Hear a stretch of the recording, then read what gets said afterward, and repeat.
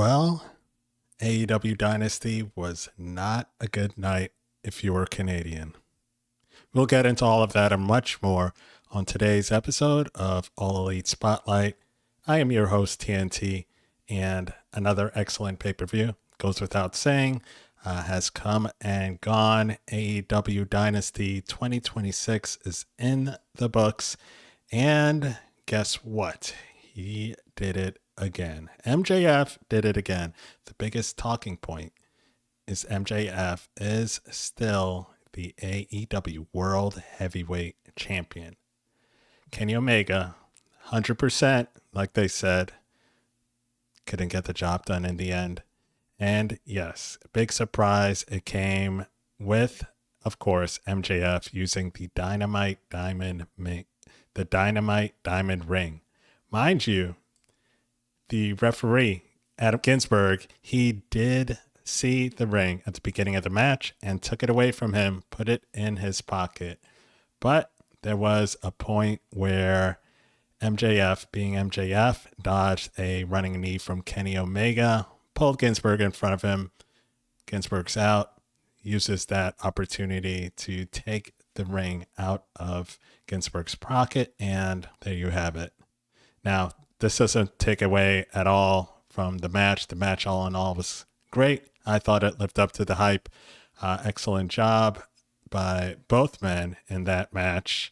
A lot of good action. They were trading poison runners, and he was in good form, setting moonsaults from the top all the way to the floor.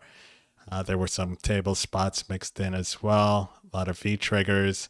But as the match progressed, what I was afraid of and was actually really hopeful that they weren't going to focus on was Kenny's midsection, right? Because of the whole diverticulitis thing. That was supposed to be fully healed. All his matches up till now, no selling of the midsection. The commentators would talk about it, but as far as in-ring Kenny Omega, there was no issues. Apparently not, though, not on the biggest night and the biggest stage of Dynasty for the world title, because as we get later on into the match, he's starting to favor it. He's grabbing for it. There's a point Kenny goes for a V-trigger. MJF is able to counter, hits him with the kitchen sink, that knee to the midsection. You better believe we're really getting into trouble here with that. Hits it again, and he's now working on the midsection. Kenny's completely selling it. We see what's about to happen here. Now, not my favorite way to do the match, but obviously it's a part of the story. I hate to bring up the competition, but Brock Lesnar had some serious issues, the same issues as well. Now, everybody's different, but, that's not part of his story. It would be great to see if Kenny Omega would not have that as part of his story as well at this stage, but there we have it. It is what it is. Match really ended very well. I thought there were a couple times that Kenny went for an avalanche one-winged angel. First time he was not successful, and I gotta admit, it was pretty scary watching them up there. It looked like a struggle. It looked like MJF was in legit danger. Kenny Omega did hit that avalanche one-winged angel on the second attempt and only elicited a 2 count, unfortunately, for the challenger. Just not a good action.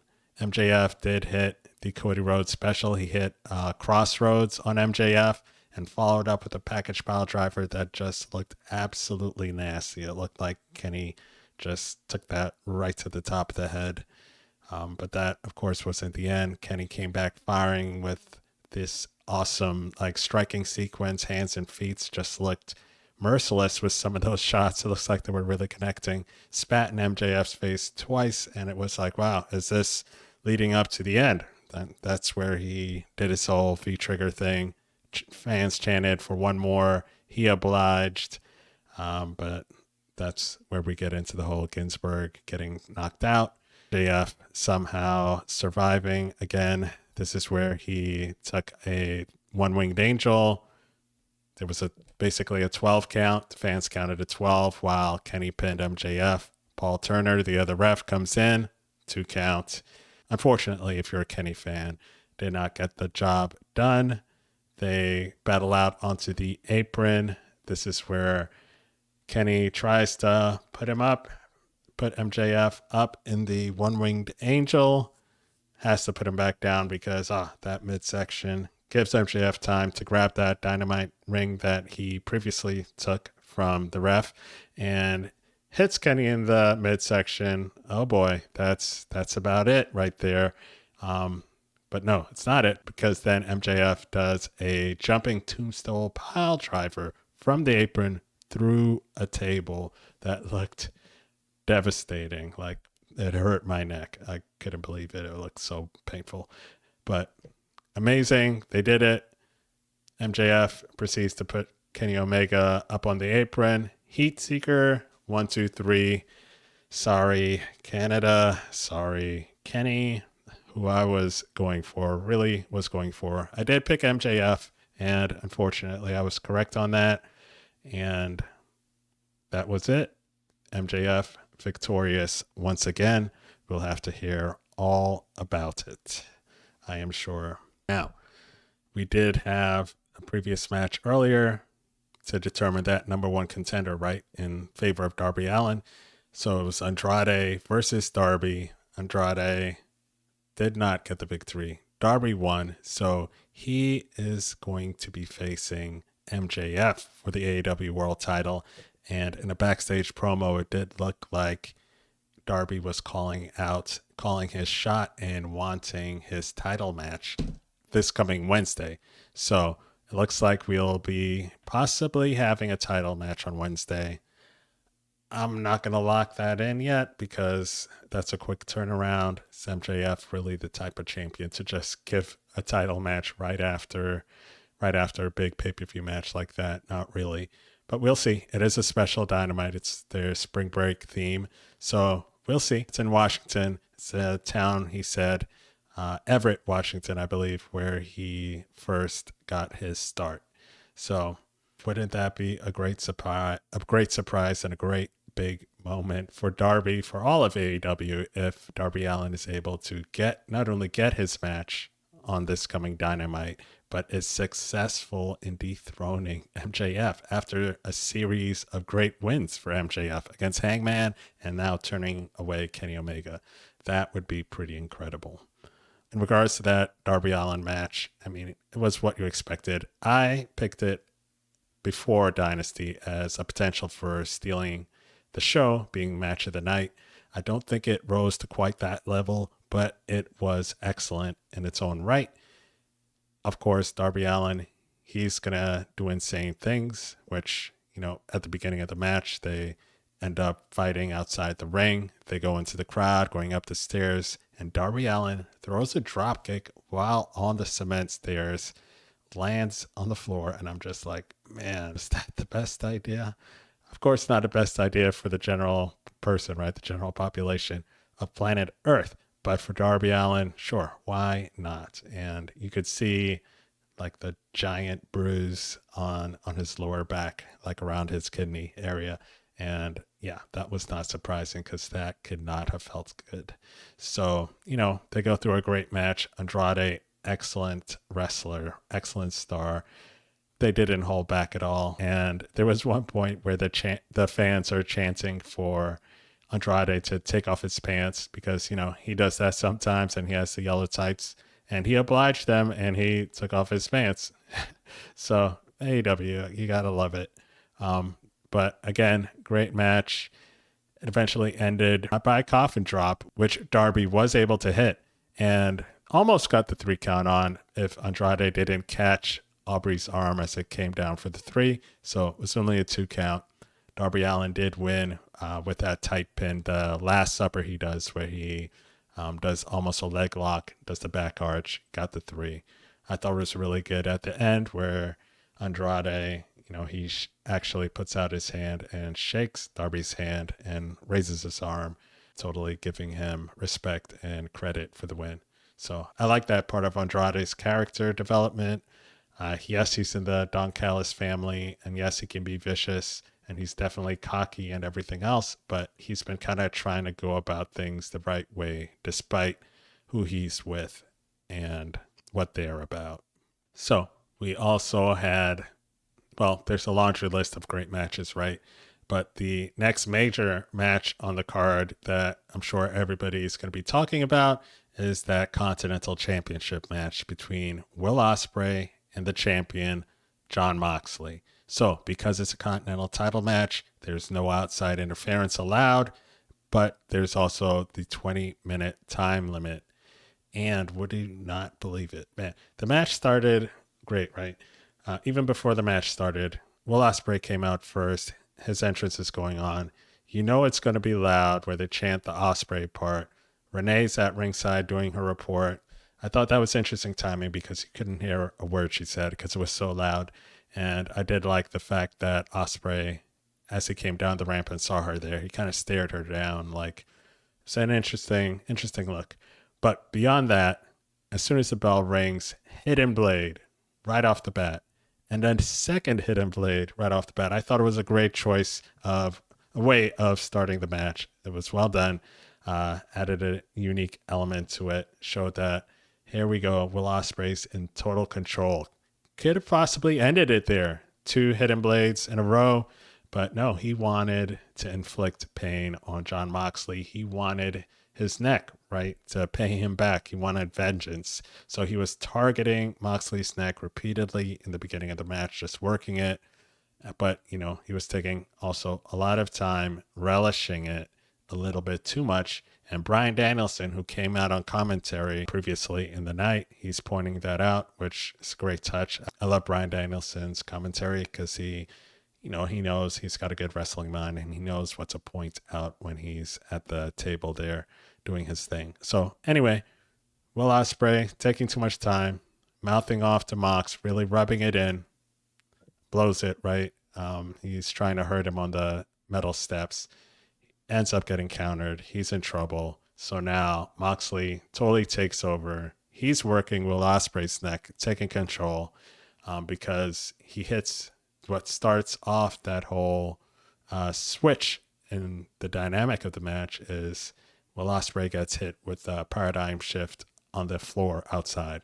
So immediately, Will Ospreay's neck now in danger, and Moxley absolutely going to exploit it, and he does. And he's pretty vicious with it.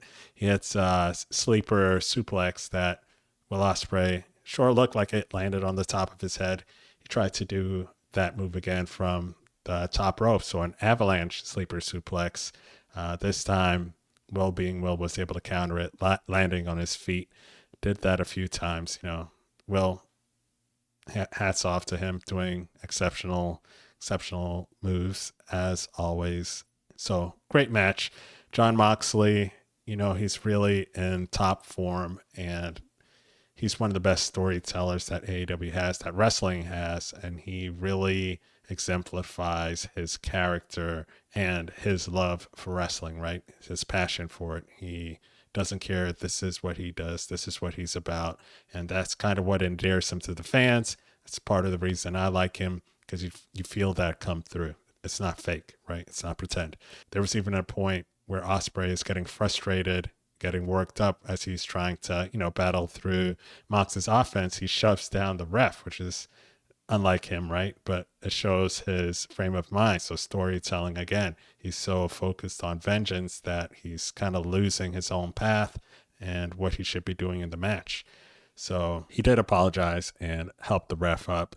Was able to get Mox in a Styles Clash, which of course was not enough.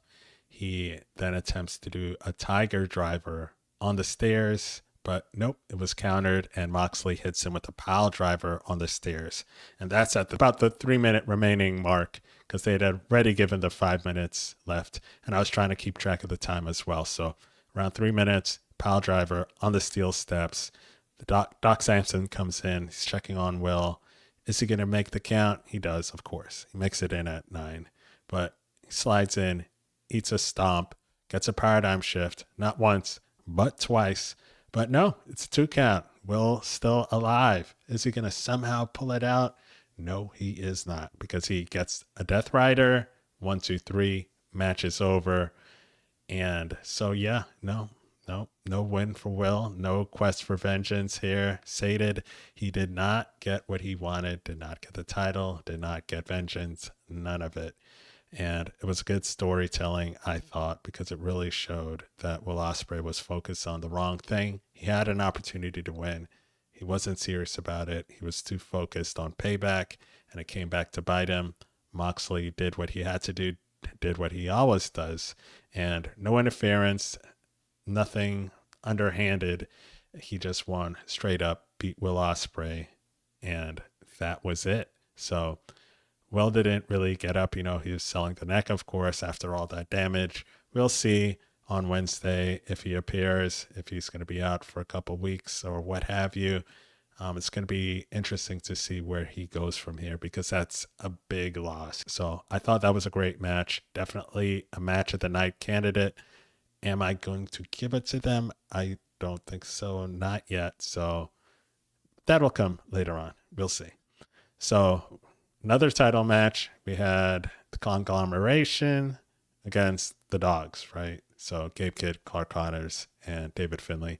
I really loved the beginning of the match. The Conglomeration came out first. They had like a whole TV set up on the stage, like a couch, a door, and everything. The door knocks in. They had mics, so they're talking and like playing out this situation. And I thought it was really original and the best entrance of the night for sure. One of the best entrances in wrestling, honestly, that I've seen in a while. Completely original and totally enjoyed it. It was like a sitcom style thing. If you didn't see it, I'm sure you did. Check it out. It was hilarious. But that's how they introduced their partner, Kyle O'Reilly, who I figured it was a good chance of being, and it was him. And I was glad to see him back. When it was time for the Dogs to come out, they totally destroyed the set. Like Finlay immediately comes out and bashes the door so violently with his shillelagh, totally tears it apart, knocks it down. Connors comes out and does some like dry humping on the couch, and Gabe Kidd comes out and pees on the couch. I'm going to assume he didn't do it for real. The camera was at his back, and then they cut away, but the couch was wet. Whether it was real or not, it was amazing. So best entrance of the night for that match. Both sides really helped to complete it and really enjoyable. Unfortunately, the match did have a poor hiccup. It seems like Gabe Kidd got injured. It ended up being, for most of it, was like a 2-on-2 tag match because early on, the Dogs hit their full clip finisher, that suplex spear combo on the outside to Kyle. So he was out for a while, but at the same time, it looked like Gabe Kidd was hurt earlier on. Doc Sampson was looking at him and he never got back involved in the ring and disappeared from ringside. Eventually, Kyle got back into the action and they were able to actually pull out the win and become the new trios champions. That was because Clark Connors ended up tapping out to an ankle lock that was applied by Kyle O'Reilly. And there you have it, your new trios champions. So storyline version, the Dogs champions for a day, even though Collision was taped earlier on Wednesday night. But for the way the world of wrestling works, 24-hour champions, they lost. And the Conglomeration, Roddy Strong, Orange Cassidy, and the returning Kyle O'Reilly are the new trios champions. We'll see how long they hold on to it, and we'll see what the injury was to Gabe Kidd. Hopefully nothing too serious because he was really coming into his own. He is a violent maniac, and I mean, it's good for wrestling. So hoping him the best and that it's nothing too serious. So we also had a couple more titles, right, to determine on that match, on that card, actually. So we had the women's title up for grabs. Thekla defending against former champion Jamie Hayter. So this one didn't have a long story behind it. It was just a challenger for Thekla. But this match actually outdid my expectations. I really kind of overlooked Jamie Hayter a little bit just because he's in the Brawling Birds tag team. Didn't really see her as much of a threat, even though I'm a huge Jamie Hayter fan. It just didn't seem like it would be a night where Thekla would be losing to Jamie Hayter. who again is in a tag team, a pretty much newly created tag team. But, quick start to the match. Thekla hit a spear in the beginning and, went for a submission rather than the pin. Hayter was able to get the rope break. Basically, Thekla was in charge for the majority of the match, just totally wearing down and beating on Jamie Hayter a lot. The only part I was a little upset with is because Jamie Hayter is supposed to be, one of the strongest women that they have there. And there was a point in the middle of the match where Thekla was just eating her shots and saying, hit me again. And then, knocked her down in one shot. Not my favorite part just because of who Jamie Hayter is supposed to be with the whole strength and power thing. But I guess she'd been getting worked on a lot throughout the match. So we'll say she was weakened and Thekla was able to take it. But really hard hitting match. I mean, Thekla definitely laid some shots in. There was a wicked boot to Jamie Hayter's face by Thekla that looked like brutal. They were really getting into it with each other. I really thought very highly of the match. I definitely went into it and didn't give it maybe the respect that it deserved, but both women definitely pulled it all out and did a great job out there tonight. Now, Jamie Hayter, of course, did during the match rally back at the end. However, Thekla was able to pull out the victory using a roll-up that countered one of Jamie Hayter's moves. She rolled up Jamie Hayter, did a back bridge, hold on to the rope, was able to get a cheap 3 count, and that was it. Windsor came out complaining to the ref, pointing out what happened, but the ref's decision is final. Thekla survives. She moves on. So we'll see if maybe Jamie Hayter will get a rematch down the line because it wasn't a clean finish, right? So it's a possibility. We'll see. I wouldn't be mad at seeing them go at it again because really it was a really good match and I enjoyed it a lot. We also had the Casino Gauntlet match. That was a lot of fun. Of course, Tommaso Ciampa and Rush started it out. And as you can imagine, it was violent and hard hitting between those two. And Speedball, Kevin Knight.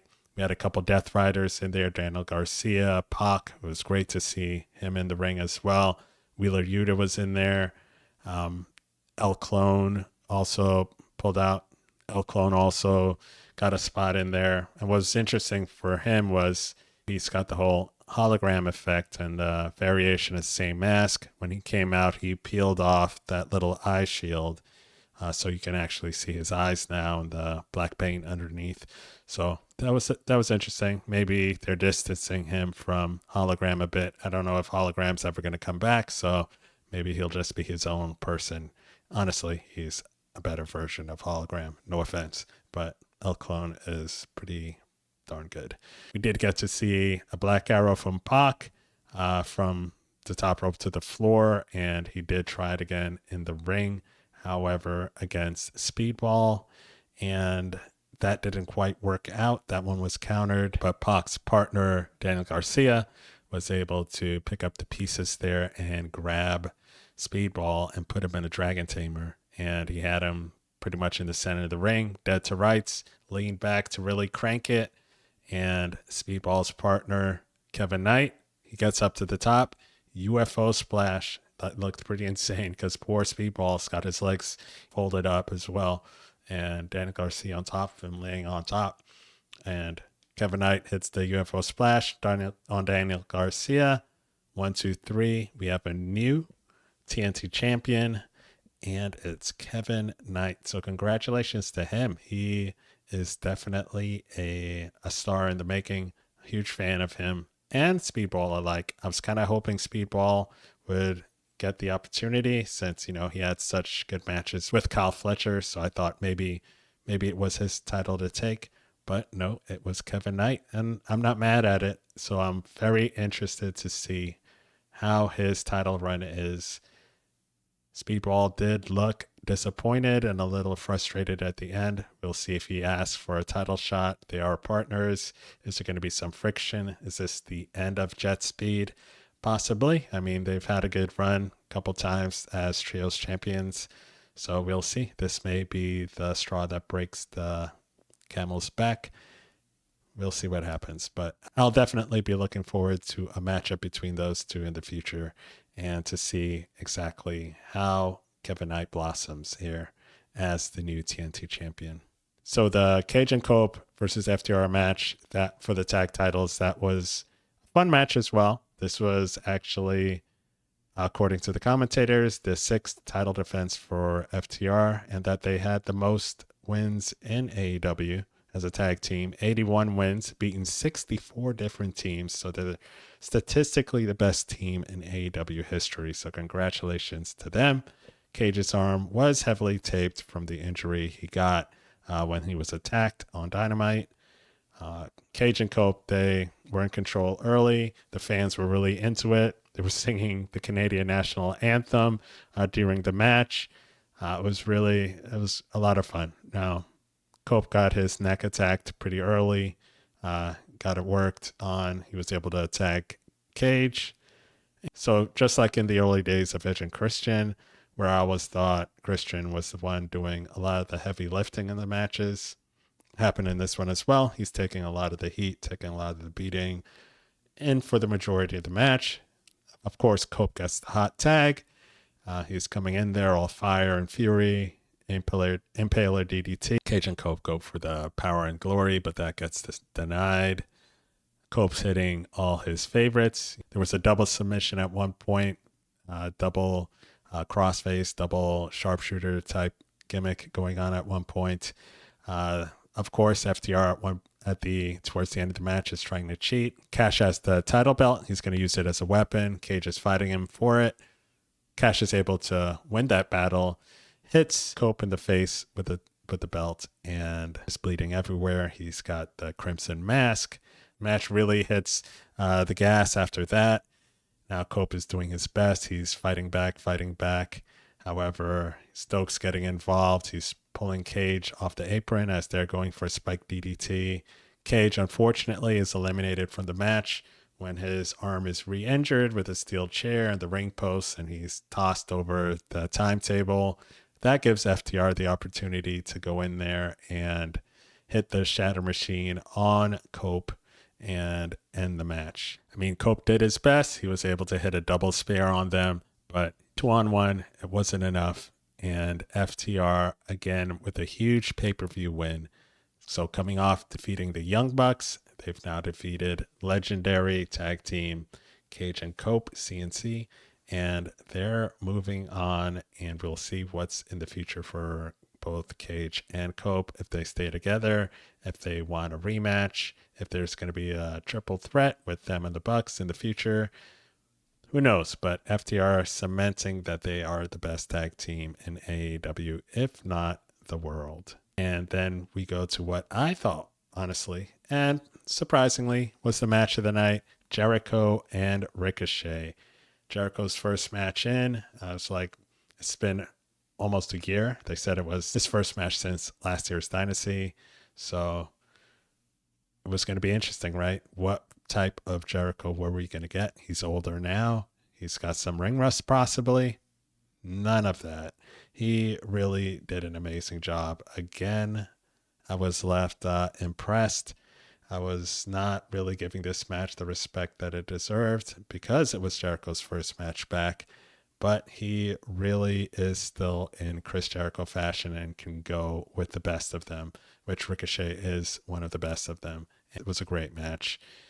Started off slow, a slower pace, of course, right? Jericho's grabbing the ringside camera. He's having fun.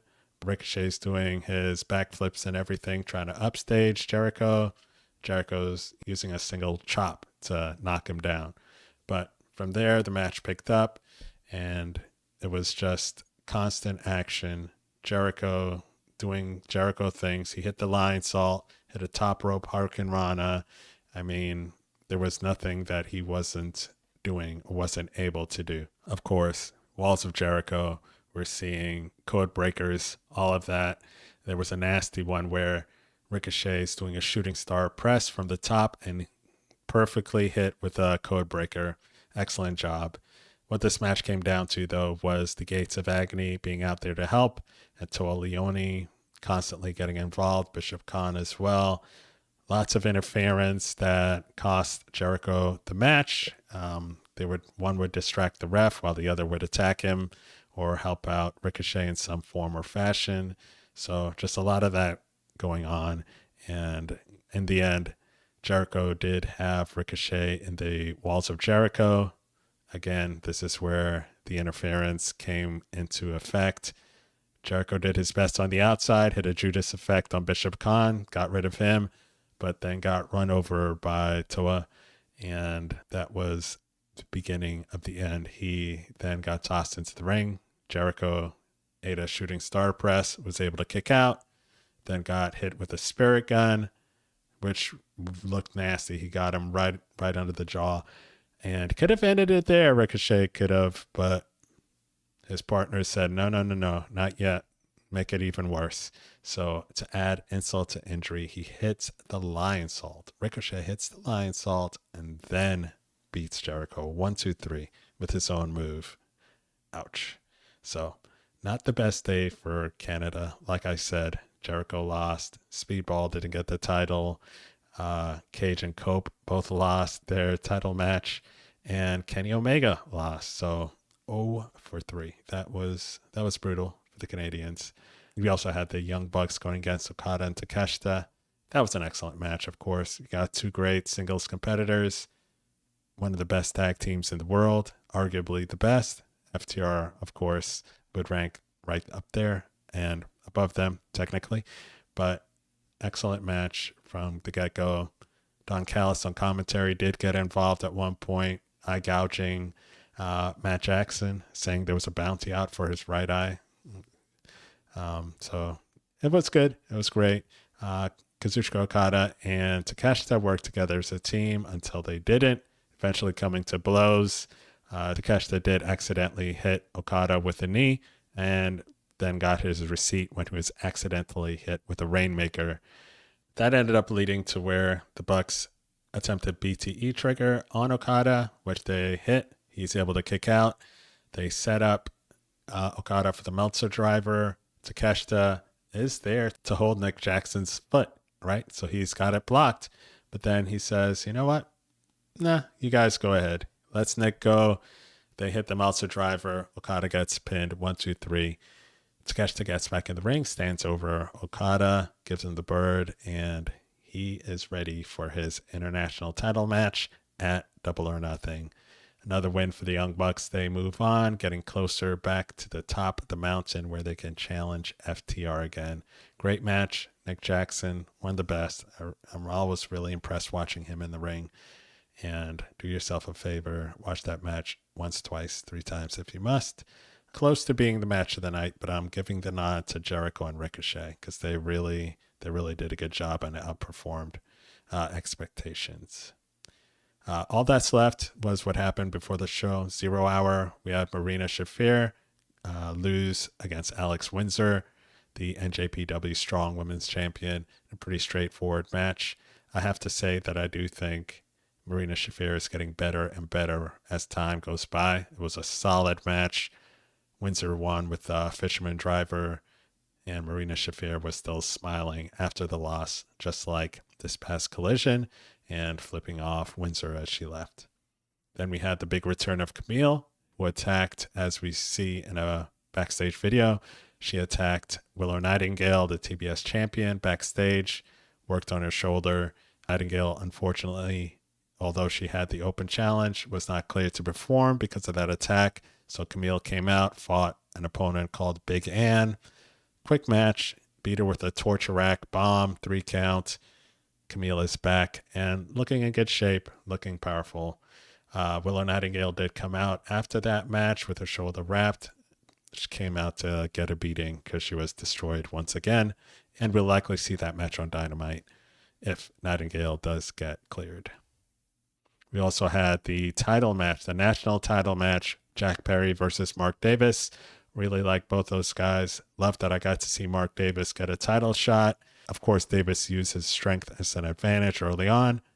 Jack Perry, of course, countering with his speed and just maneuverability.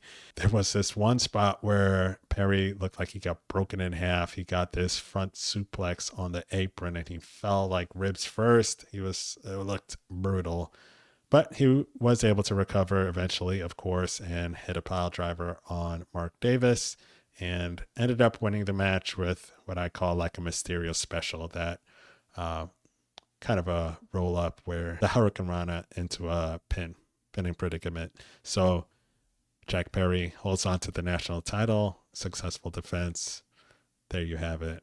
We had the Divine Dominion against High-End and Maya World. That was the main event of 0 Hour. Excellent job by the challengers. Another match, again, that delivered, that over-delivered, outperformed expectations. High-End and Maya World, I know they've been in Ring of Honor.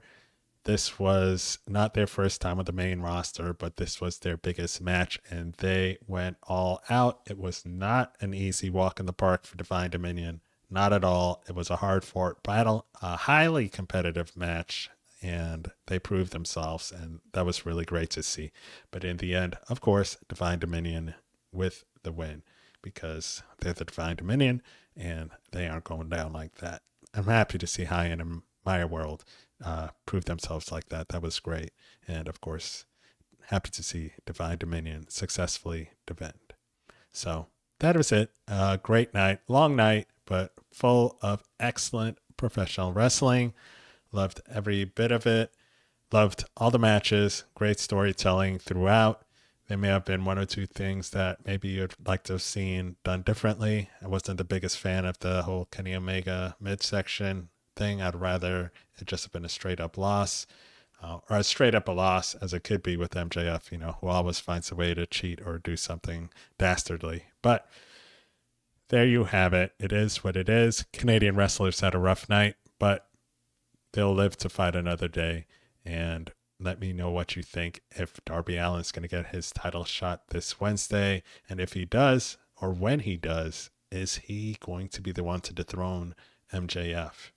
I actually feel like he has a better chance than Kenny and Hangman both did in their matches. But we'll see. We'll see the story they tell. We'll see what happens with Will Ospreay in the future.